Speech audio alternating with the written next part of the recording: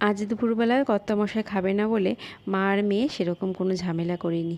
শুধুমাত্র ফ্রিজের থেকে 3টে ডিম সেদ্ধ করে নিয়ে সেটাকে লবণ হলুদ দিয়ে একটু মাখিয়ে তেলে ভেজে নিয়েছি 2 পিঠ। তারপরে একটা মশলা করব, সেখানে দিয়েছি কাঁচা লঙ্কা, টমেটো আর আগে থেকে ভিজিয়ে রাখা সর্ষে, কাজু আর চালমগজ দিয়ে একটা পেস্ট বানিয়ে নিয়েছি। সেই পেস্টটা একটা টিফিন বক্সে ঢেলে নিয়েছি। 2 চামচ ফ্যাটানো টক দই দিয়েছি, হলুদ গুঁড়ো, লঙ্কার গুঁড়ো, লবণ, স্বাদ অনুযায়ী মিষ্টি আর দিয়েছি 2 চামচ মতন সর্ষের তেল দিয়ে ব্যাটারটার মধ্যে আরেকটু জল দিয়ে একটা পাতলা ব্যাটার করে নিয়েছি। এবার এর মধ্যে দিয়ে দেব আগে থেকে ভেজে রাখা ডিমগুলো আর 2টো কাঁচা লঙ্কা দিয়ে টিফিন বক্সের ঢাকনা আটকিয়ে কড়াইতে জল দিয়ে ভাপে বসিয়ে দেবো 10 মিনিটের জন্য।